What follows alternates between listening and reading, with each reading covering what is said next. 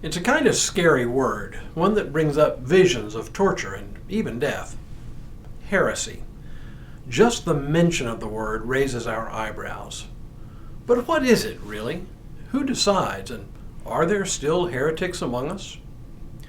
Hello, I'm Stuart Baskin, pastor of First Presbyterian Church of Tyler, Texas, and this is your daily devotional for Thursday, September 7th, 2023.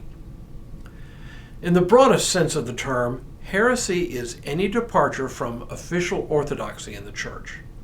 The fact that it seems like a throwback to an earlier time is a testament to our modern ecumenical sensibilities, in which we accept differences of opinion much more readily than earlier generations did.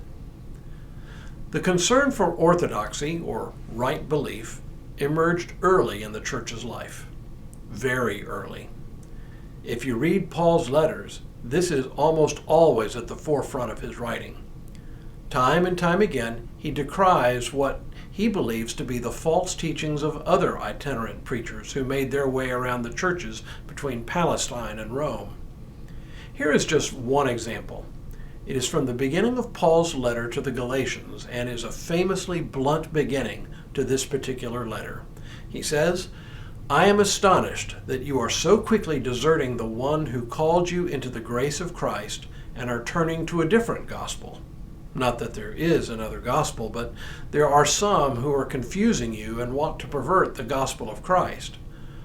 But even if we or an angel from heaven should proclaim to you a gospel contrary to what we proclaim to you, let that one be accursed. As we have said before, so now I repeat. If anyone proclaims to you a gospel contrary to what you received, let that one be accursed." For Paul, the heresy of the day tended to revolve around the question of whether Gentile converts to Christianity had to adhere to Jewish law, including circumcision for men. Paul rightly saw that the idea of salvation being through grace, as opposed to anything we do to earn it, would be radically compromised if the church insisted on keeping Jewish law.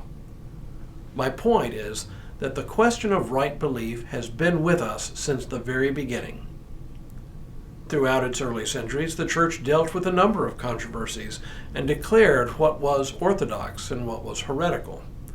But here's the deal. The punishment for heresy was nothing more severe than excommunication.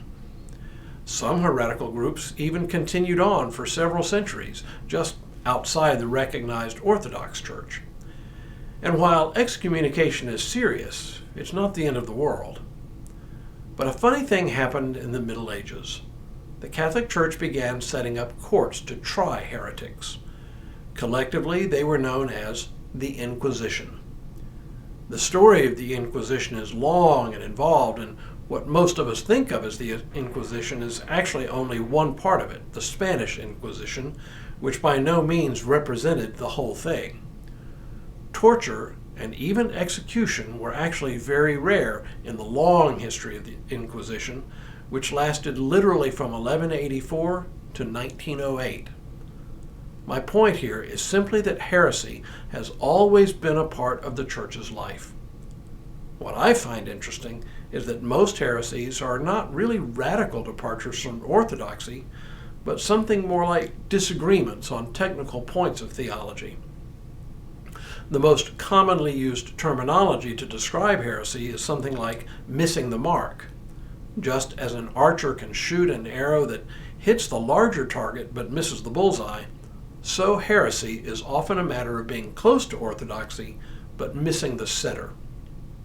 Heresy, then, is usually a matter of taking something that is true but secondary and making it the center of one's theology. For example, the ancient Donatist heresy, which arose over the problem of Christian clergy who had recanted the faith under threat of persecution, emphasized the need for clergy to remain morally spotless in order for the sacraments they celebrated to be valid. They took an idea that, on the face of it, is good, that Christian clergy ought to live morally upright lives. But they made this the center of their theology, leaving little or no room for the ordinariness of sin for clergy. Their position would have resulted in a church so focused on policing clergy that the church would have collapsed in on itself through brutal infighting. In our day and age, we hardly ever talk about heresy. It's not that there aren't errors out there that creep into the church. It's just that we've become much more tolerant of differences of opinion. In my book, this is a good thing overall. Not that faulty theology is a good thing, only that it is better to exist in relative harmony than to remain divided by the things we disagree about. Tomorrow, let's talk about idolatry, something I refer to all the time, but rarely define. But for now, may God continue to bless you and keep you in all that you do this day and in all the days ahead.